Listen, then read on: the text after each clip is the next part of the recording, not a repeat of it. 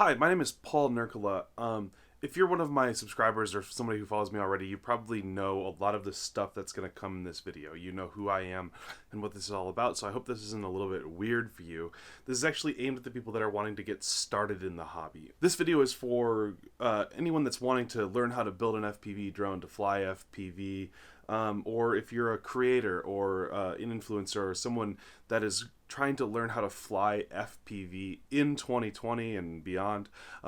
This will teach you how to, from 0 to 60, from ground up, build an FPV drone from scratch so that you can fly freestyle. Freestyle is the primary goal for this build that we're going to be doing here today. We can absolutely do something for racing if that's something that you guys want to hear more about.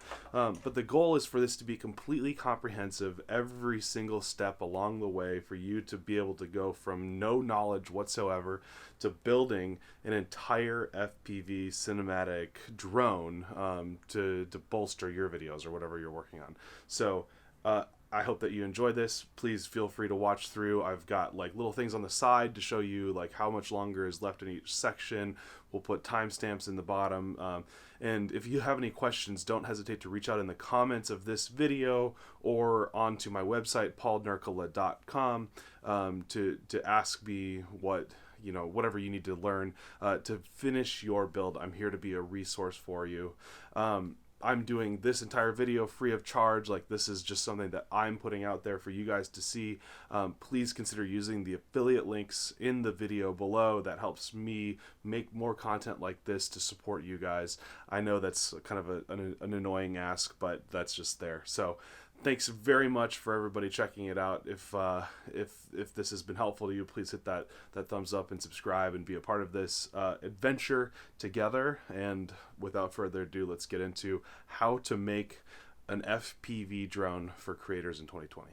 Okay, before we get going in the build, let me just quickly show you all of the tools that I've got so that you can make sure that you have everything with you to do this. So we've got some solder here. This is a 6040 leaded solder, electrical tape, which is extremely useful. I also use gaff tape a little bit once in a while. Not a requirement, but is a good alternative to electrical tape for some things. I'll show you what in a bit. Then we have our main screwdrivers. This is a 2.5, a 3.0, a 1.5, and a 2.0.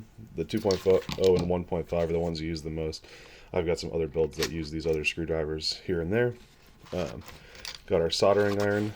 We've got some snips here. These are just angle cutters. Mine are a little bit worn in, but they just for cutting wires. I've got a 5.5 blocks, which is a button head, so this will go over top of a nut as a nut driver like that. Put that back in. I got a couple small flatheads just because I can have them. I've got my prop tool, which is really just an 8.0 millimeter driver. These are alligator forceps. They're basically backwards of tweezers, so like when you pinch, they close, and when they open, they open. They're just a nicer tool to me, but you can also, like, tweezers are a good alternative if you don't find any of those. This is the power cable for the soldering iron. And then I have blue Loctite, which we won't be using in this build, but also a good thing to have. So I'll set this aside. The other thing that we're using is VHB, very high bond, double-sided sticky tape. This is going to help us mount the air unit to the drone. Really good tool to have. I've got some steel wool for wiping off our soldering iron, as well as a tray for our soldering iron right there. So all that's there. Okay, now let's go through the list of like all of the components on our build here today. So the frame that we're going to be using is the Project 399 Super G. This one's slightly loved, and I've already assembled it, but it's very, very straightforward to put together. You just lock up the arms, you put the nuts on, nuts, put some screws through, put these standoffs on. The frame comes together pretty straightforward. There's nothing complicated, and the 399 guys have a full tutorial on how to assemble this that you can go grab at the link in the description. You've got our top plate there, and it's going to look like that at the end. The 399 Super G is just it's one of my favorite frames. It's something I've been flying for a bunch of many years. It's perfect for freestyle or cinematics or racing, whatever you want to do with it. The world is your oyster, but the Super G is just a perfect little frame made by a professional drone racer, good friend of mine named Jordan Temkin. It's just a solid choice for freestyle or cine FPV drones. Next up, we'll look at each of our motors. So the motor that we're using is the Hyperlight 2207 1722 kV motor. So the 2207 is the stator width and height. So on a brushless electric motor, there's two components here. There's the bell and the stator. The stator is the piece that stays still, and the bell spins around it. You see that? There's three measurements basically for any brushless electric motor, and they all have to do with the stator and then the windings of the first number is the 22, and that's the width of the stator from end to end. So from there to there is 22 millimeters.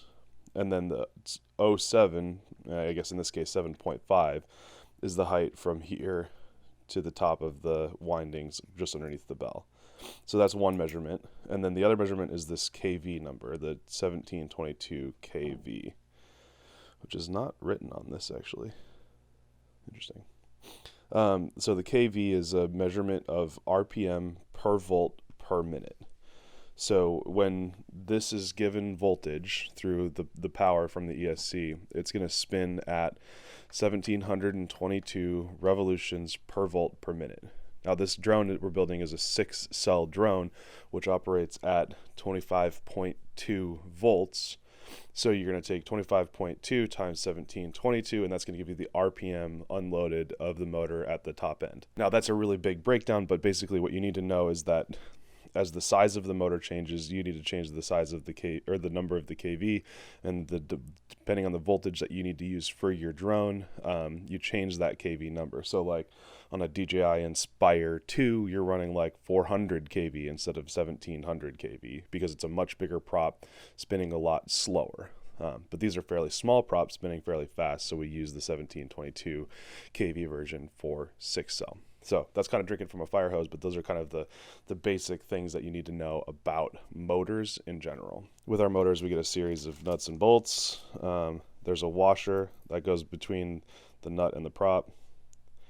Put the nut on top, and then these are the screws that we're going to use to mount the whole drone to our motor, or our motor to our drone, rather. Okay, the next component that we'll take a look at is the flight controller. The flight controller that I've chosen for this build, because we're using the DJI Digital FPV Air Unit, is the T-Motor F7 HD. And the reason that I want to use that one is because it has a dedicated plug for the DJI Air Unit. So it's going to plug straight into here. We don't have to do any kind of soldering to get this connected to this. Now, we do have a sacrifice that we have to do some soldering to get this connected to the ESC, but you can also buy T-Motor's dedicated ESC, and there'll be a plug that goes straight from the flight controller to the speed controller. But I chose to use the Hobbywing 60 amp instead, and I'll talk about that more in a little bit. So with flight controllers for FPV drones, there's a whole wide array, I'll let you get a closer look at this, of different flight controllers that are available. But the basic things that you need to know are that there's pretty much three major firmwares, and you can think of firmware like an operating system, like Android or iOS or Windows Phone. not that anybody remembers Windows Phone, but those firmwares are supported by different hardware, right? Android can run on a bunch of different phones, but iOS can only run on a couple. And so the different firmwares are called Betaflight, Raceflight, or now it's called Flight 1. I have a whole bunch of silver stuff on my hand from the screwdriver. Whoops. Raceflight, Flight 1, and KISS. KISS is only supported by one flight controller. Flight 1, I think, is only supported by a couple that they manufacture. And then Betaflight is a little bit more open and is supported on a lot of different flight controllers. So you can change the firmware of this board, which is something that we'll have to do a little bit later. But just so that you know, in general, there's three major types of in 2020, three major types of firmware, and that's Betaflight, Flight 1, and KISS. We're going to be using Betaflight. Now, the next thing we'll take a look at is our speed controller. This is the Hobbywing 60 amp 4-in-1 speed controller. And all it is essentially it takes power from your battery and it controls the speed of the motors, right? Speed controller, pretty complicated. And all it does is it takes the power in from the battery, it converts it to triphasic AC power. You see how these motors here have 3 different wires. They're all going to be wired up to this, and it's what causes the motors to spin. It also keeps track of how fast the motors are going. It knows whether or not it needs to speed them up or slow them down, and it communicates with the flight controller to make sure that everything is working as it should. We're also going to connect our battery directly to this, and it's going to act as the distribution for power into the flight controller. So these two will get wired together like that. Then finally, our last piece of kit is the DJI FPV air unit. This is going to operate as our video transmitter so that we can see what the drone sees. It's going to act as our receiver so that we can control what the drone does, and that's going to be essentially our main control points on this machine. So in the air unit, you've got that guy. This just pops out of the box, a little protector over the lens.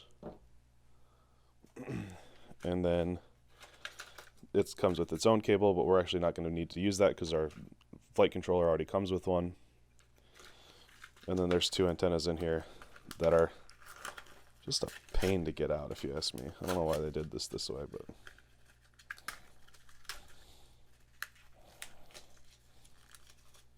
so that's it. That's all the components that we need for our build.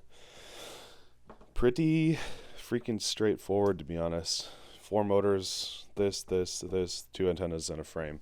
And that's all we need to make this thing fly, and fly crazy well. A couple things that I forgot with me for the build that I just didn't mention is that, so these are some little tiny thumb on nuts that are going to go on top of the flight controller to hold it in place. And these are some taller standoff nuts that are going to go between the speed controller and the flight controller to give them a little bit of space apart from each other. So I'll show you what that's going to be about in a minute. And so to me, it just makes sense to start there. So this is the nose. The tall side of the frame is the nose, and then the short side is the tail. And we're going to be putting our air unit in the tail of the machine. And in order to have it in there, you can't have these little tabs sticking out in the back. It just is not going to work. So we actually have to turn this thing sideways for it to fit. So we're going to have it go out the side like that. And then our flight controller, you can see the little arrow here, points forward, and so it's going to go opposite that. So we have the USB on this side, we have this big old capacitor on the other side. So that's the way that I want to have the speed controller mounted in there. So I'm going to push these screws through from the bottom, give them a little tug so that they come all the way through. Those screws come with the frame, so you don't have to worry about them. And I buy these little thumb screws extra because I just like using the thumb screw stuff instead of having to directly wire, or instead of having to have another tool to be able to put these on. So these just are going to go between the speed controller and the standoff. And again, I'll put a link in the description for everything that you see here, even including these little thumb screws. I just like these guys so much because they're so convenient.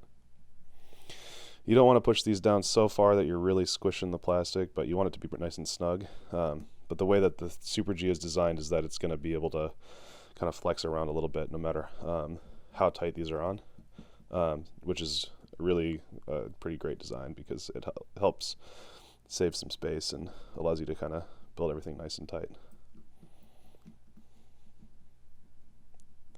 Once you get that all nice and even, you're good to go there. And then you can take a quick second look, make sure that your flight controller is going to fit on top of that. We'll be able to thread in our screws and nothing's touching on the inside there. That looks pretty good. So that's about what we want there, but we're going to set this aside because we need to work on this first. So the next thing that I'm going to do is then I'm going to mount all my motors on here. 4 screws on the motor, each corner, mount them on, and just quickly put 1, 2, 3, 4.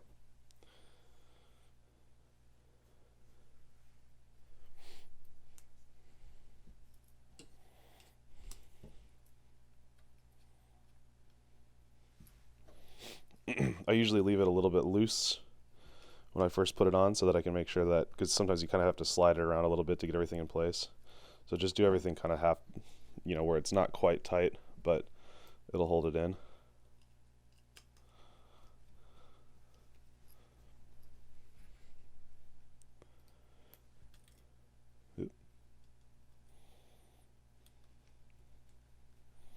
and then cinch them all down.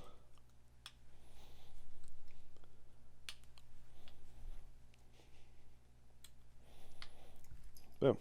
Now do that 4 times. Okay, I got all 4 motors on, and now the next step is going to be to get the wire length right for the pads. So each of these motors is going to get soldered directly onto this speed controller. So we need to make sure that the wire length is right. So I usually just kind of eyeball it, you know, measure it out with my finger, and then cut them all at once to the longest length. That way, if you end up needing to change anything or whatever, like, it's just nice and easy that they're all the same length. It's not as pretty as it could be. You can go through and measure each one individually, but I'm pretty lazy, so I don't. I just measure them for the longest one and then figure out how to deal with the slack later. So the longest one meaning that it's going to go from the furthest pad on the motor all the way to the furthest pad on the inside of the speed controller.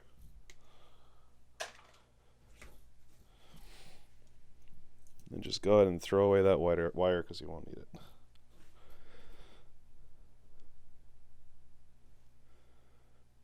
Looks good. And then while you're here, go ahead and strip out all of the motors. So you want to just expose like 1 millimeter worth of wire at the end of each of these. This is going to help us when we solder it. I just use my snips with just like a little bit of pressure, and you can pop it right off like that. Just get a little bit off the end without cutting the wire any shorter than you already have.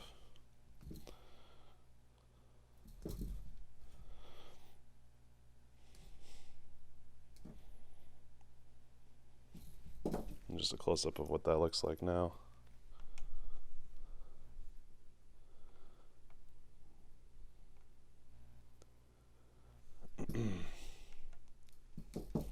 Okay, so now that we've got all of that to the right length, we're going to do our first soldering. Soldering can be kind of intimidating if you've never done it before, but it's a super useful skill to have. You can fix stuff around the house, you can fix drones, you know, whatever you want. But I'll kind of give you some quick pro tips of it, but there's tons of videos on how to solder, and I'll link some little like practice boards so that you can kind of learn the skills before you actually have to commit to building something that you might be worried about hurting or whatever. But for the most part, we should be able to quickly go through. Most important part of soldering is to keep your tip clean. So just use the wool, use some wet paper towel, keep everything nice and clean, and then all you're going to do is heat both the solder and the pad at the same time.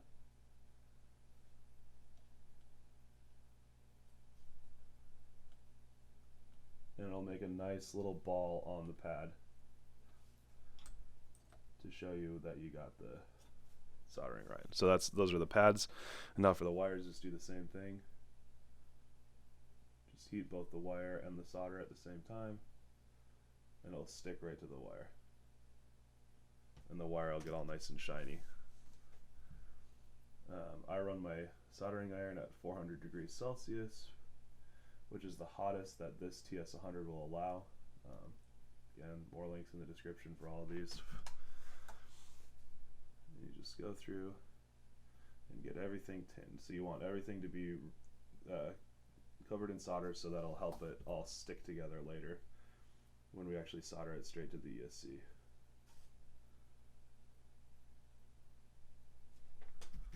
And now for the pads.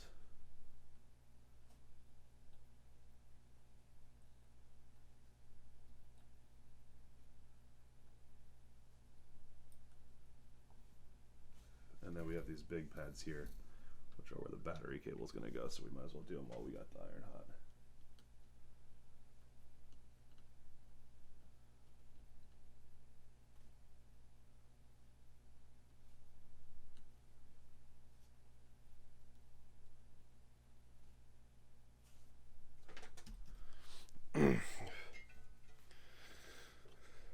Okay, now with everything tinned, we can start wiring up the motors. I like to just do them right down the line. So this one's the furthest one out. Did I actually get that one? Didn't get that one.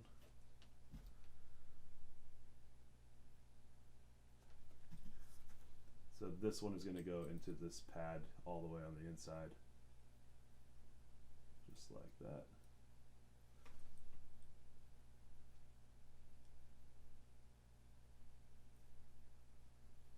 Doesn't need to be pretty or amazing, just effective.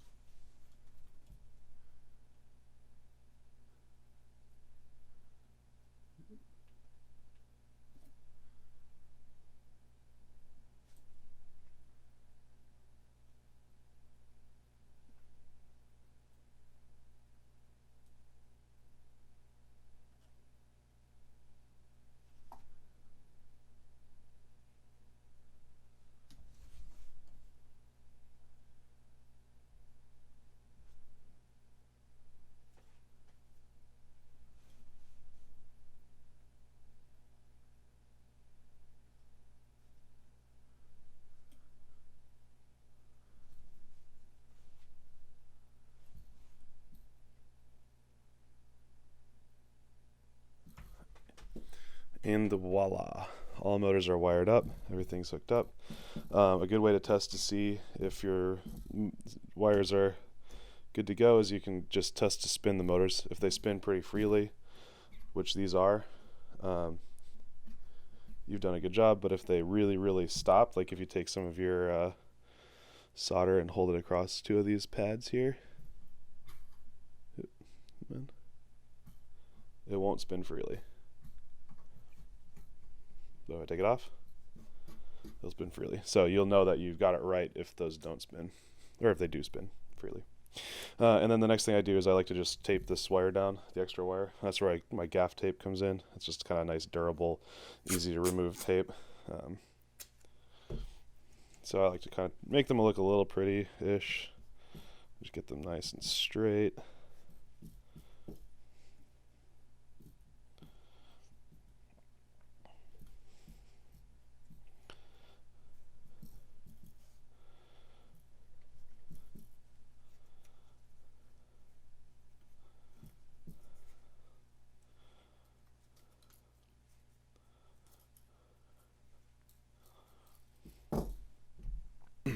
Okay, with all this taped down, everything's nice and clean, it's out of the way. I think the next best place to go would be to do the battery lead. So this is a top mounted frame, or it's intended to be. That means that the battery is going to go on top of the whole drone. And so it's going to sit on top of this plate, roughly in the middle, a little bit back, because the GoPro is going to go up here on the front. And so you want the cable to basically come up like so. You want about that much length. So I just want to kind of eyeball how much length I want to have in this wire before I cut it. I'm going to cut it, get out of the way, and then go ahead and strip it out as well.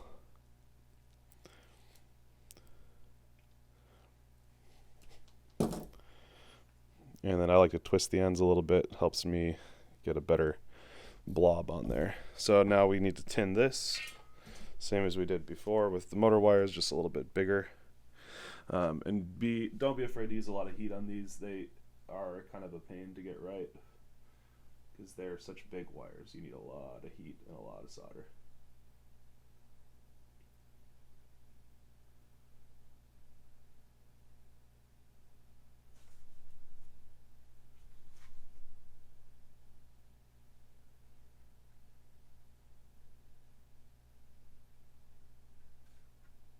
Once you get those tinned up, we're going to put it onto the pad. Now, the ideal way to put motor wires onto a pad is sideways like this, where it goes in like that, but I want the battery to go straight up, so I go straight down with it. That is not recommended. It's just my technique for this particular build. I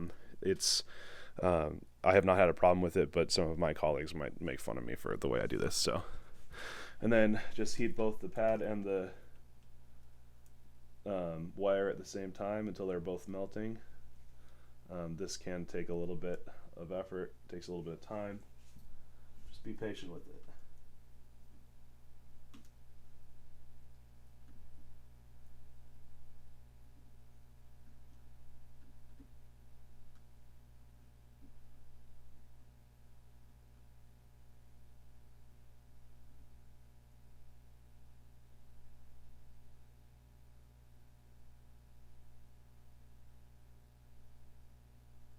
Okay, we are almost done with soldering. The last thing that we have to do is solder our flight controller to our ESC. So our flight controller comes with this wire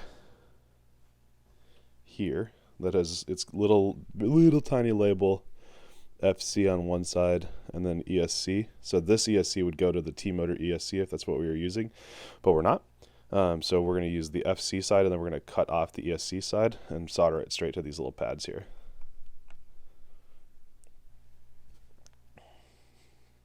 So I'm just going to plug in the FC side and then cut off everything else, because we don't need it. Okay, we'll zoom you guys way in for this part. Again, so this is probably the most complicated, annoying, painstaking part of this, and it can be solved by using a different ESC, but I use this ESC pretty much exclusively just because it's rock solid. Like, I've never had a problem with them, so it's just kind of personal preference. So with the flight controller here, we're going to take all these wires and we're going to snip them off and tin them up. Okay, so I'll make a diagram that you guys can look at after the fact to see like how this goes from one to the other, but I'll kind of describe to you what I'm doing as I'm doing it. So I'm going to tin all these pads here.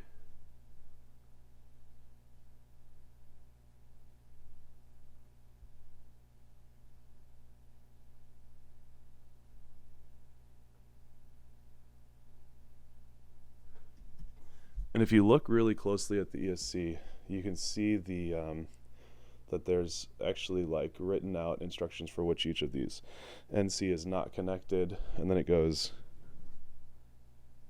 ground, bat, current, ground, 5 volt, and then 1, 2, 3, 4, or 1, 2, 3, 4 each motor.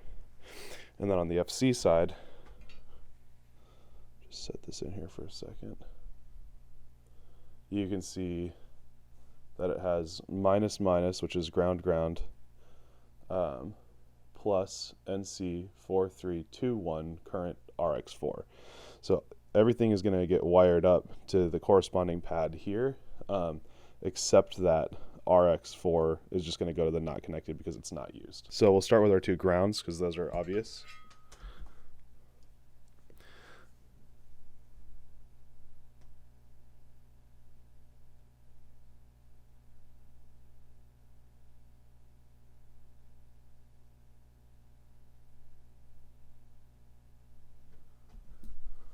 Okay, so those 2 are wired. Then our 5 volt is right next to it, so we might as well do that. Bada bing. Then the blue one is our RX4, which is what we said was not connected, so we're just going to hit that onto the NC pad. And that means that our only other 2 are current and bat. And so current is the yellow one according to the flight controller, so we'll put that to the current pad.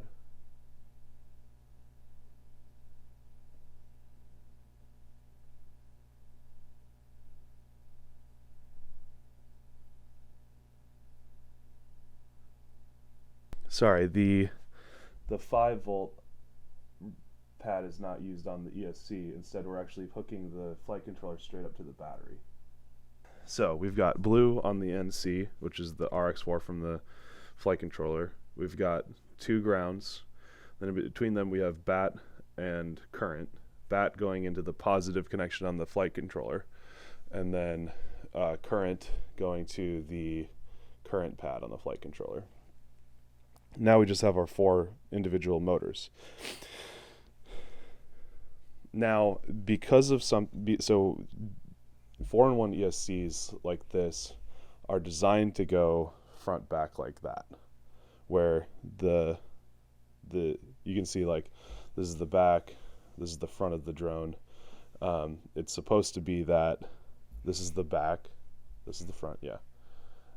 It's supposed to be that this is turned this way, so the numbers that are on this are all turned one set to the side. They're all so if you look really closely on this ESC, in each corner is the motor that you are going to, or that each controls. So this corner is one number, this corner is one number, this corner is one number, this corner is one number. So if this is the nose of the drone,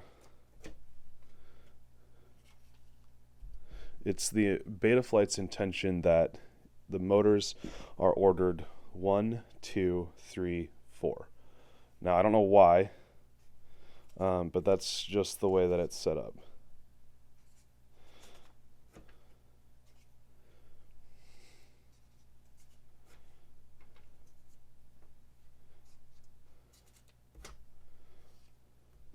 Okay, but and if you put the ESC in normally, that would correspond. 2 would be over here, 3 would be, or 4 would be over there, 3, 1. But because we've turned it sideways, now essentially 1 is plugged into 3, and it just kind of gets a little bit messy. So I like to kind of just write everything out really quick, and you can see that if you look really closely right here on this corner, there's a number, and that number corresponds to what motor output is coming from these 3 pads. So if I look really closely, I can see that that says 3, so I'll just put a 3 in parentheses.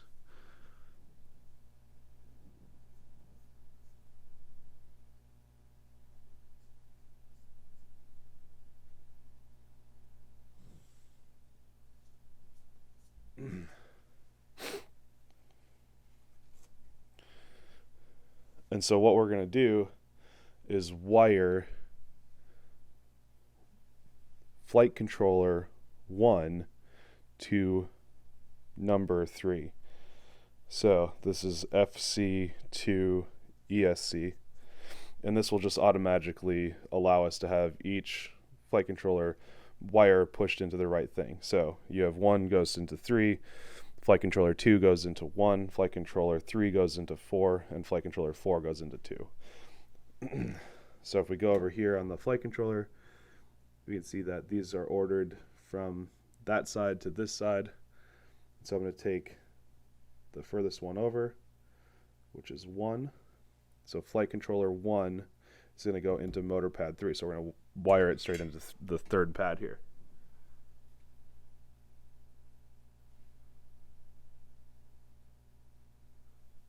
Which is that one.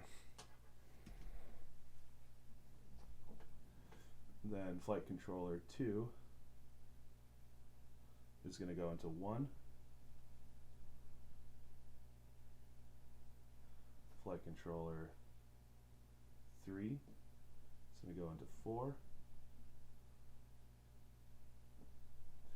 And flight controller 4 is going to go into 2.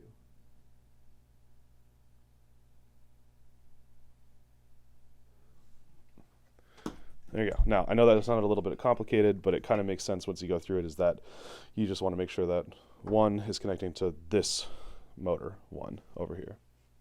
But that should do it. So now our flight controller is wired up to our speed controller. Everything's connected. The next step is to put this in place, but I want to put 1 cable through here, so the next step will be to put the air unit in. So with the air unit, we're just going to pop off these screws really quick.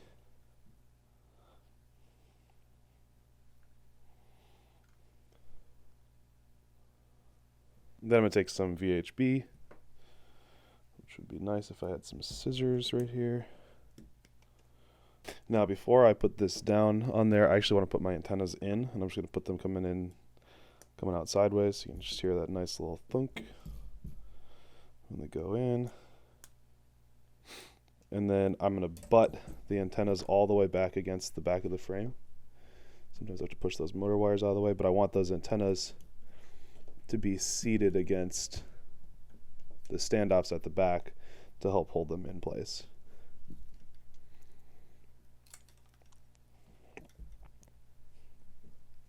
So you can see that it's locked in there. And these will eventually twist up, but we can just leave them down out of the way for now. And now this cable is going to come through, and it's going to be out of the way of the flight controller, which I'll just kind of wrap those wires up, flip the wire underneath, and seat it on top of the ESC just like that. So our frame came with these little 3D printed bobbins. They're going to basically hold the camera in place by setting down on top of that. So all we have to do is take one of our camera screws, poke it through the mount, and then screw it into the camera. I usually do the bottom set. You can see which side is the top based on the little arrow that's there. There's a little arrow on the back of the camera that shows which way is up by default. But if you get that wrong, that's okay. You can actually flip the camera with the DJI FPV goggles in post really easily. So it doesn't need to be amazingly tight. It bites into the print pretty good. And just make sure you get it the same on both sides.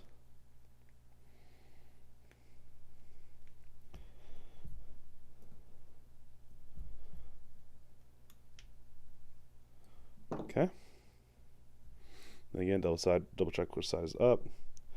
Push the camera onto those standoffs, tilt it back so it's looking kind of up, and boom, camera's in place. Just like that.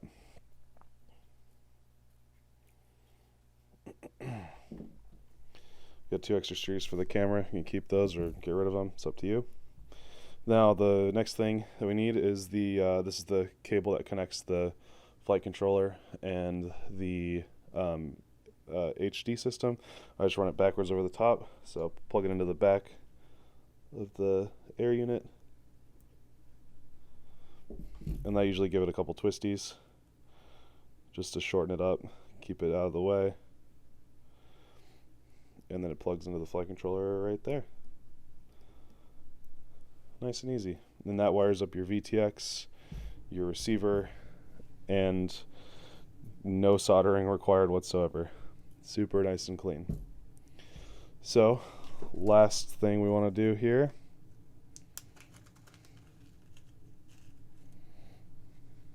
put our little bobbins on.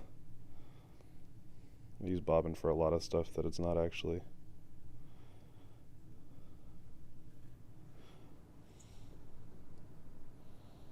Just get them a little bit tight, but again, don't squish the gummies. You want the flight controller to be vibration isolated, so just get a little bit tight, but not so much that you're squishing everything.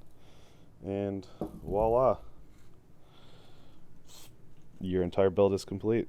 You've now successfully built a FPV drone. That's it.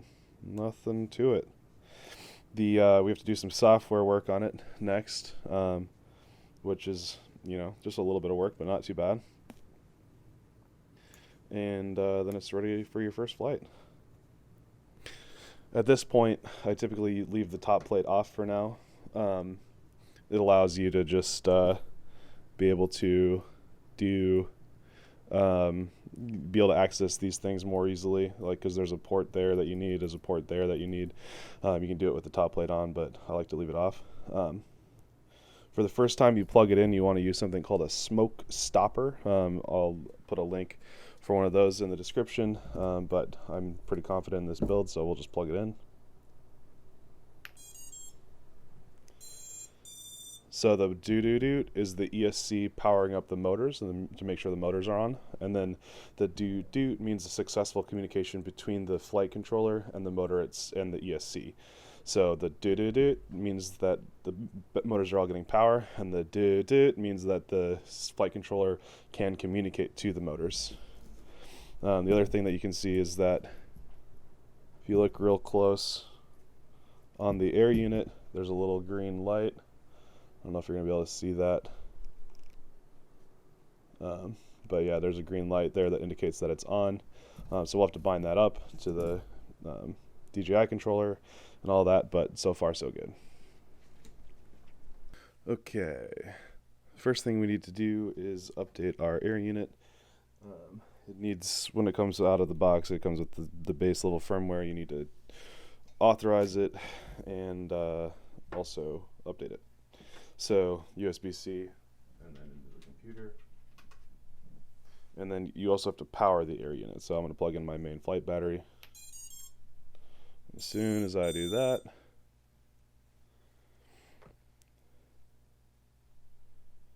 maybe plug and unplug once or twice.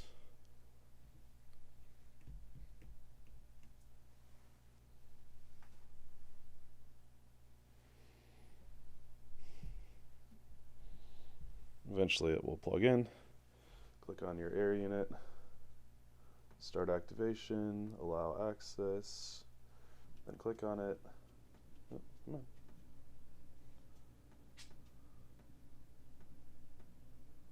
on. Activating, activate successful, complete. And then you can skip the user survey, it almost always asks.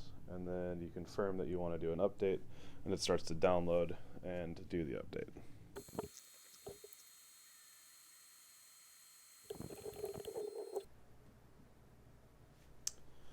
Okay, and with that bound, we're now set to go with the air unit. It should be all fully plugged in, fully wired, fully bound, fully up to date, all that stuff. So we'll go ahead and unplug that.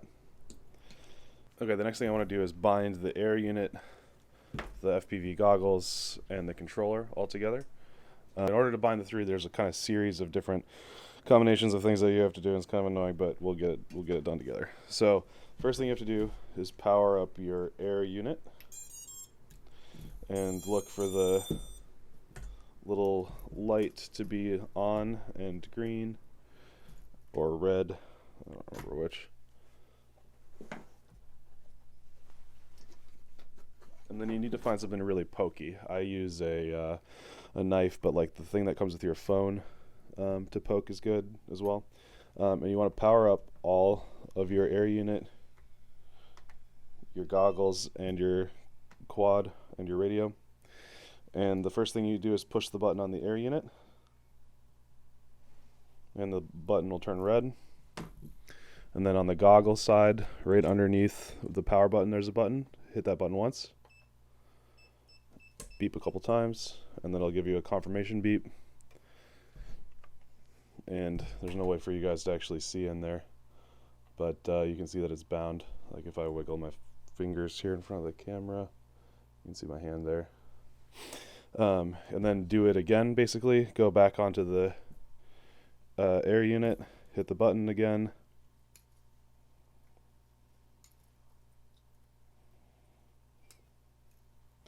And then on the controller, hit the record, this unnamed button, and push in the scroll wheel all at the same time. It'll start beeping. And when it turns green, you're bound.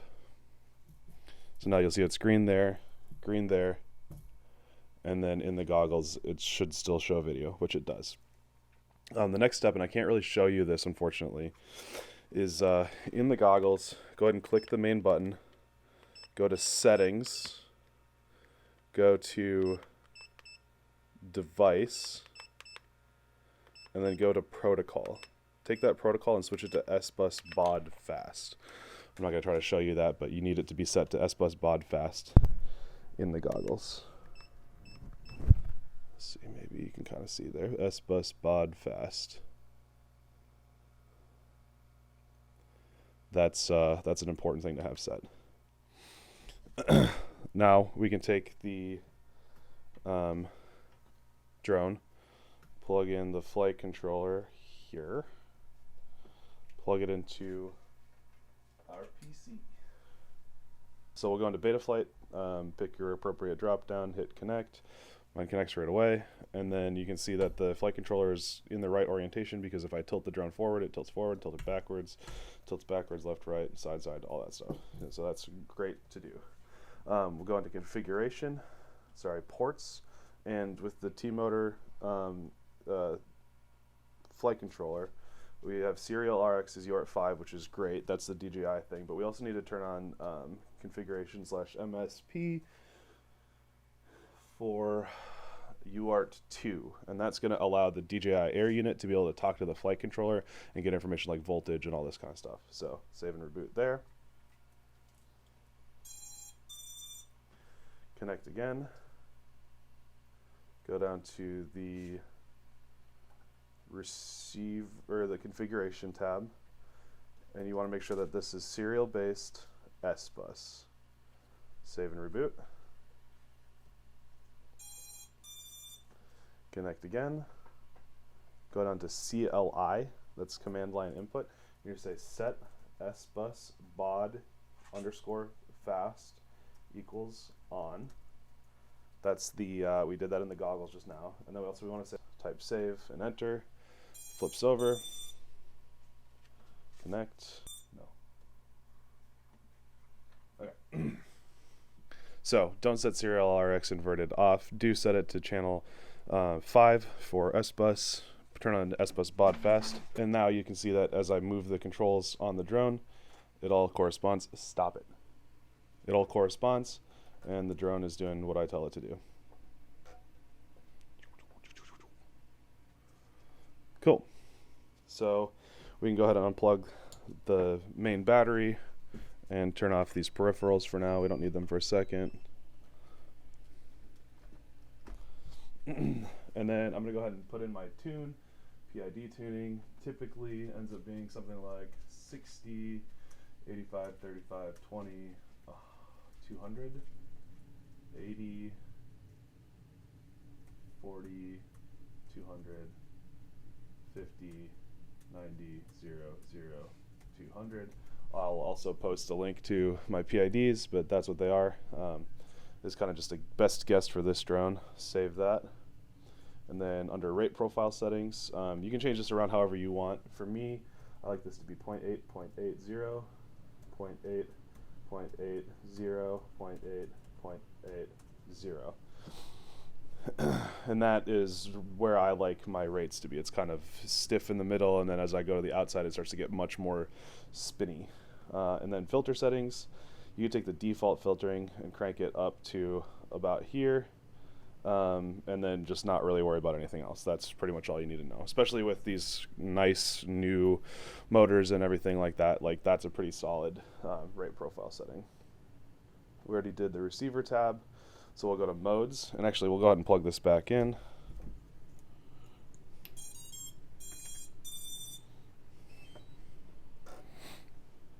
We need to set up our modes. So essentially what this is going to do is you're going to add range. I just leave it on auto when I'm doing this for the first time. And you want to choose which is your arm switch. So for me, I use this as my arm switch. And so when I click that up, it automatically detects that. And then I want this orange bar to be the armed zone. So when I pull up on this switch, I want that little yellow icon to be inside of the yellow bar.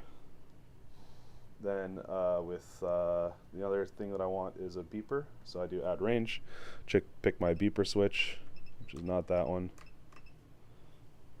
I believe it's aux 2 is this one. Yeah, here we go. Set it to that. So now when I pull it back, it's on. And then the last thing I want is flip over after crash. So we'll save that. Go back over to configuration, make sure that this is set to DShot 600. That was my mistake. And set the motor idle to 4.0.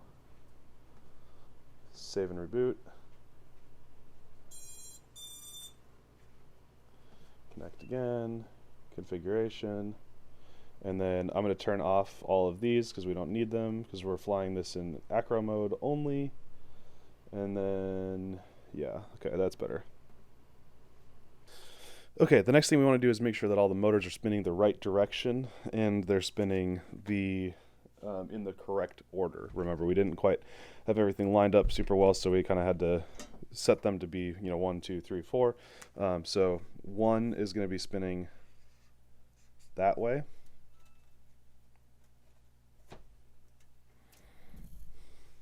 2 is going to spin that way.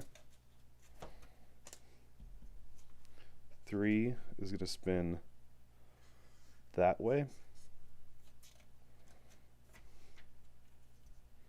And 4 is going to spin that way.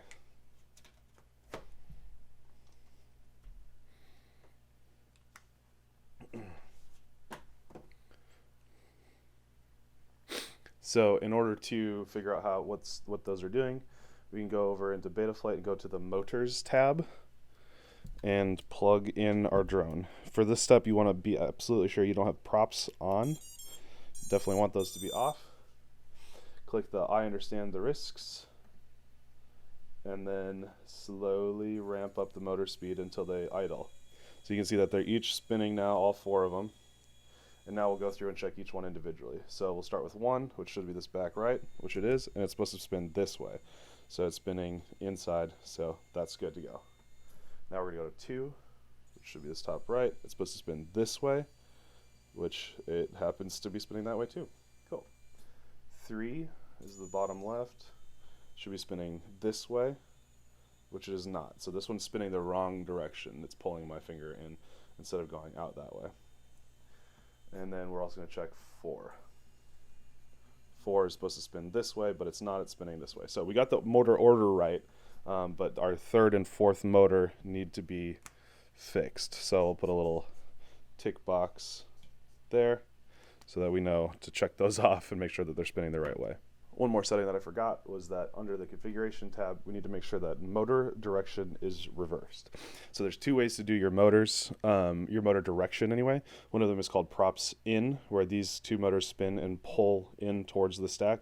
And there's props out, where these 2 motors spin out and push the props away from the camera. There's not really any different reasons for why you do one or the other. I just always do mine out. So I need to make sure that I click motor direction is reversed, and that indicates to the flight controller that the motors are all expected to spin out in the manner that we have laid out here.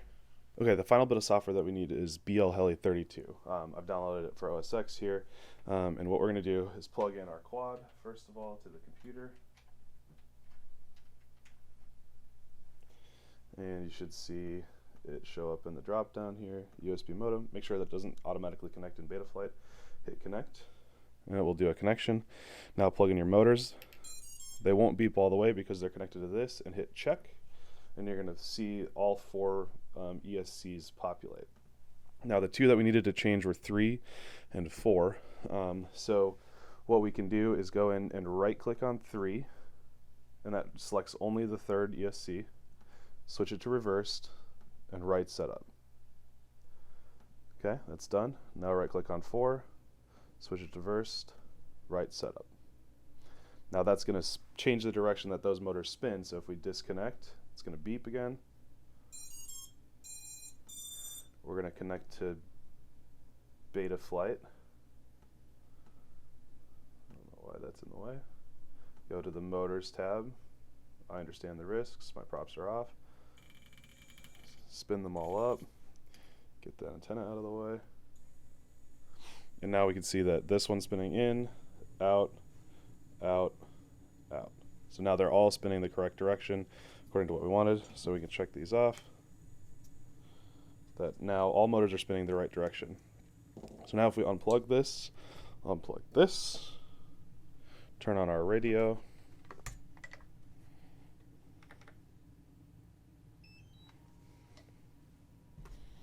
and plug it back in.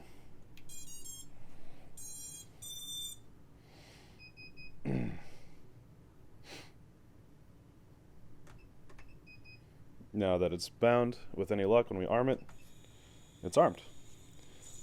So now the drone is on.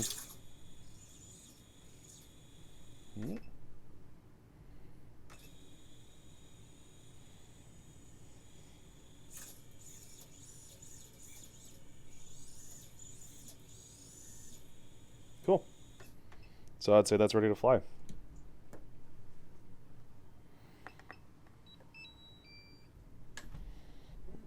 One thing to check is that in the DJI goggles that the OSD populates, make sure that your voltage is correct. If your voltage is working, then everything is set for your DJI system. So I'm just looking in here and waiting.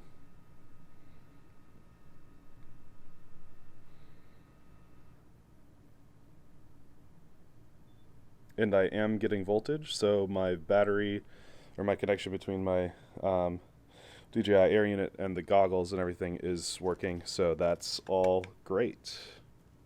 Okay, next up we'll put on our top plate and GoPro mount.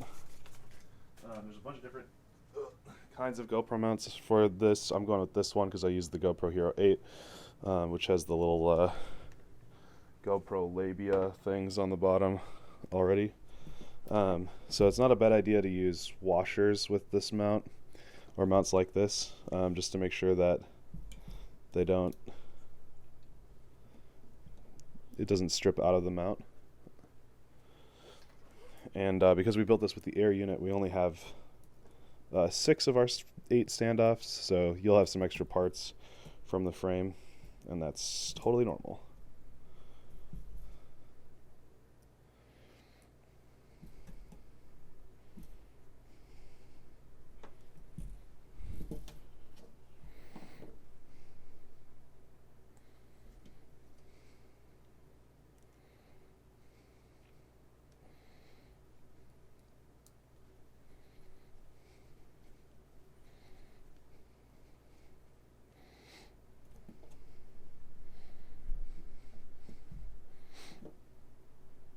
And then with these antennas, the thing that I do is I just zip tie them to the top plate. I've had a ton of luck with that. I'm surprised that something so simple works so well, and I'm sure there's 3D printed mounts that can work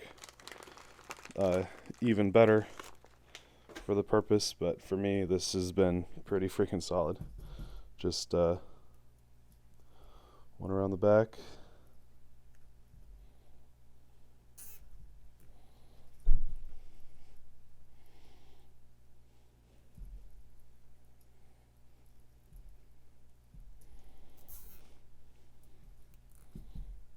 Just like that.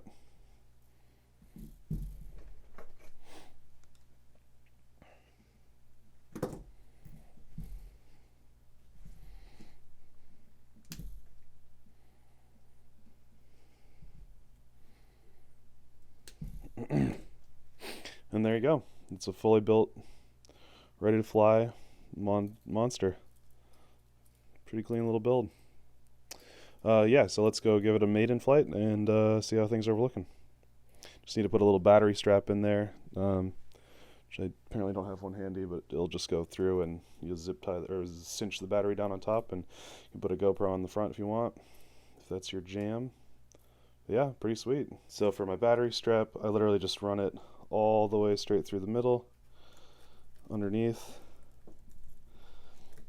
So I just gotta fish around a little bit to get it to pop through. I keep the metal side on the side that the plug isn't on, just for convenience.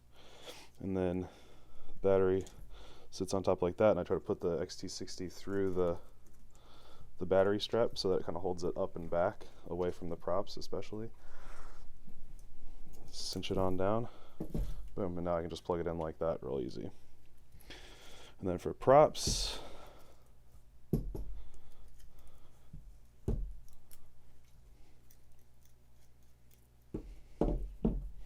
just want to make sure that you follow the proper orientation. That one's going out and away, and then down and away. Put your washers in on top. If you have washers, not all motors have washers like that. I kind of like them.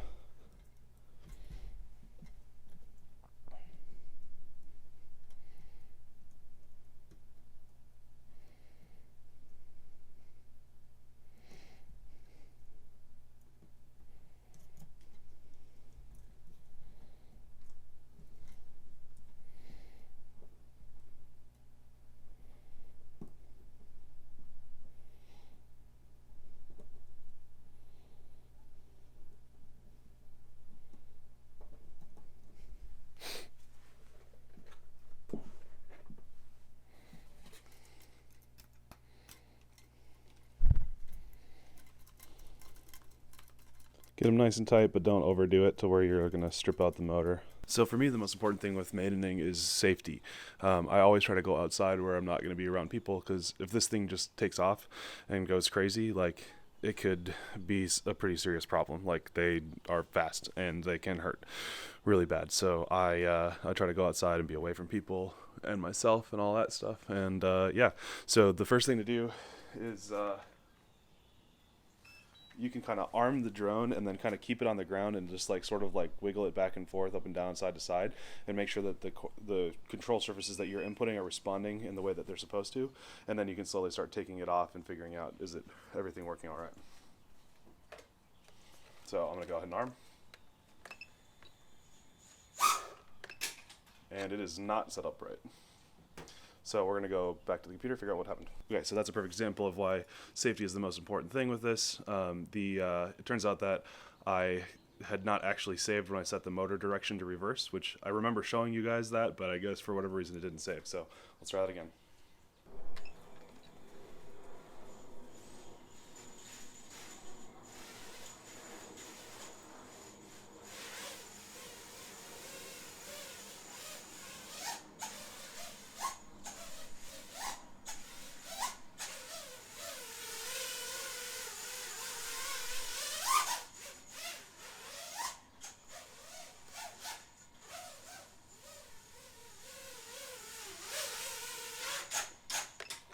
Cool, that works. I'm gonna throw on the goggles and give her a spin.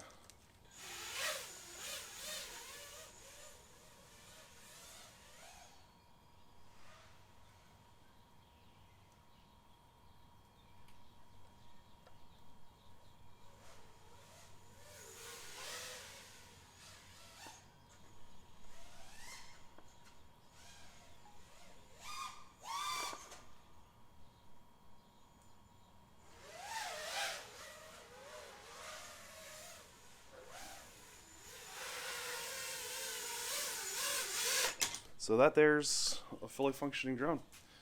0 to 100%, less than probably an hour worth of content. Yeah, no big problems whatsoever. That's how you make a fully ready to run FPV drone. If you have any questions, or well, I'll do it now or somewhere else. Once again, thank you so much everybody for coming along on this adventure of learning how to build an FPV drone. This is a perfect machine. This is what I take to with me on set, on long range missions, on adventures, to make YouTube videos with, whatever. It's this exact machine that we just built here today. Well, I guess this one doesn't have the orange motor, so maybe somebody will call me out on that, but it's the same thing. The dog just bumped into that. Thank you so much for jumping along with me. Once again, please consider supporting my channel by using the links below, by signing up for the membership, anything like that. Let me know if you have any questions about what you saw here.